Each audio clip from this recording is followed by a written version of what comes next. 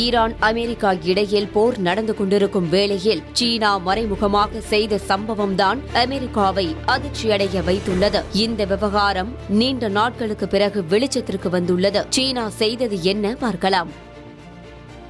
Iran America இடையிலான போர் உச்சத்தில் இருந்தபோது ஈரானின் தென்மேற்கு பகுதியில் கடந்த மாதம் அமெரிக்காவின் அதிநவீன போர் விமானமான F-15 ரக போர் விமானம் விபத்துக்குள்ளானது. இந்த போர் விமானத்தை சீன தயாரிப்பான தோளில் வைத்து இயக்கும் ஏவுகணை மூலம் சுட்டு வீழ்த்தப்பட்டிருக்கலாம் என புலனாய்வு அறிக்கையில் கூறப்பட்டுள்ளது. கடந்த மாதம் பிப்ரவரி 28ஆம் தேதி அமெரிக்கா ஈரான் இடையே போர் நடந்து கொண்டிருந்த போது சீனா மறைமுகமாக ஈரானுக்கு ராணுவ உதவிகளை வழங்கி இருக்கலாம் என்றும் ரேடாரில் சிக்காமல் பறக்கும் ஸ்டெல்த் தொழில்நுட்பம் மற்றும் அதிக தூரம் உள்ள இலக்குகளை கண்காணிக்கும் ரேடார் அமைப்புகளை சீனா ஈரானுக்கு வழங்கி இருக்கலாம் என அமெரிக்காவின் NBC செய்தி நிறுவனம் கூறியுள்ளது. அது மட்டுமின்றி இத்தகைய அதிநவீன தொழில்நுட்ப கருவிகள் மூலம் அமெரிக்காவின் F-15E ஸ்ட்ரைக் ஈகிள் போன்ற அதிநவீன போர் விமானங்களை ஈரானால் மிக துல்லியமாக கண்காணிக்க முடிந்திருக்கலாம் என அமெரிக்க ராணுவம் கருதுகிறது.